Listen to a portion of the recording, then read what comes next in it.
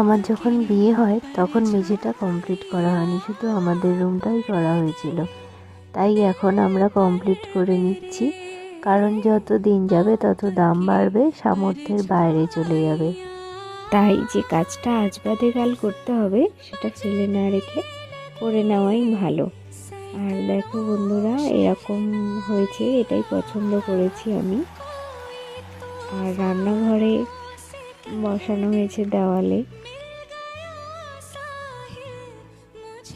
দেখো।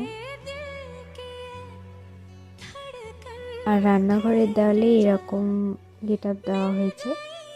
জানি না সবার পছন্দ হবে কিনা, কিন্তু আমার পছন্দ হয়েছে তাই আমি দিয়েছি। আমার বাড়ির মধ্যেই অনেকের পছন্দ হয়নি, যাই হোক, আমি যেহেতু এখানে আমাকে অনেক সময় কাটাতে হবে, তাই আমি আমার পছন্দ মতোই নিয়েছি।